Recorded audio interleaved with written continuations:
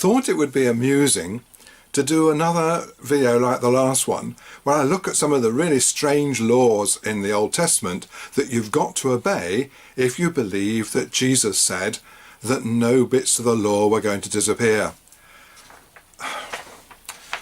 And I started looking at some things about women. And the first one is bizarre, but the more I thought about it, the less nice it was. And then I looked at some of the others, and actually I got quite distressed and upset about them. So let me share them with you and see if they amuse or make you feel like vomiting. Leviticus 15:19. When a woman has a discharge, if her discharge is in her body is blood, she shall continue in her menstrual impurity for 7 days. And whoever touches her shall be unclean until the evening. Everything also on which she lies during her menstrual impurity shall be unclean, and everything on which she sits shall be unclean.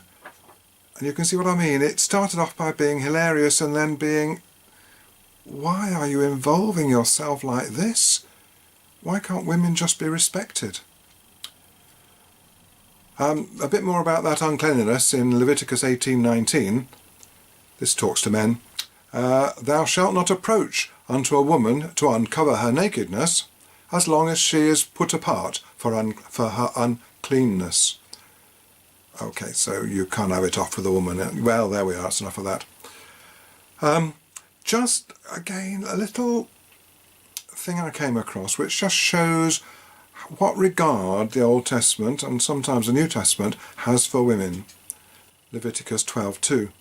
If a woman bears a male child, she shall be ceremoniously unclean for 7 days. If she bears a female child, she shall be unclean for 2 weeks.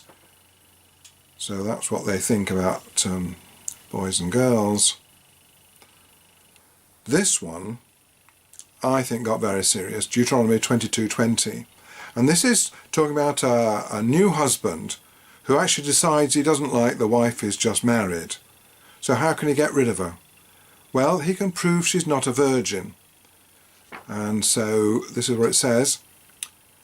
If the tokens of virginity are not found for the damsel, that's blood on the sheets to you, then they shall bring out the damsel to the door of her father's house, and the men of her city shall stone her with stones until she dies. No, that's gone beyond a joke, isn't it? That's just nasty. Deuteronomy 22:23. If there is a girl who is a virgin engaged to a man, and another man finds her in the city and lies with her, then you shall bring them both out to the gate of that city, and you shall stone them to death. Now, the first nasty thing is really, that's a bit over the top. Just the death penalty for having sex with somebody, just that's horrible to start with. But this gets slightly worse. The girl, this is why you should stone her to death. You should stone the girl to death because she did not cry out in the city. So if a girl is raped and she doesn't cry out, she should be stoned to death. And that's the point. Actually, can I just say that a member of my family was raped, and I've seen the dreadful effect that rape has on a woman. So this made me really disgusted. Because you can imagine a young girl with a knife at her throat saying, if you say anything, if you make a sound, I'll kill you. And what happens? She gets stoned to death. I can't read any more of this. It's just too horrible.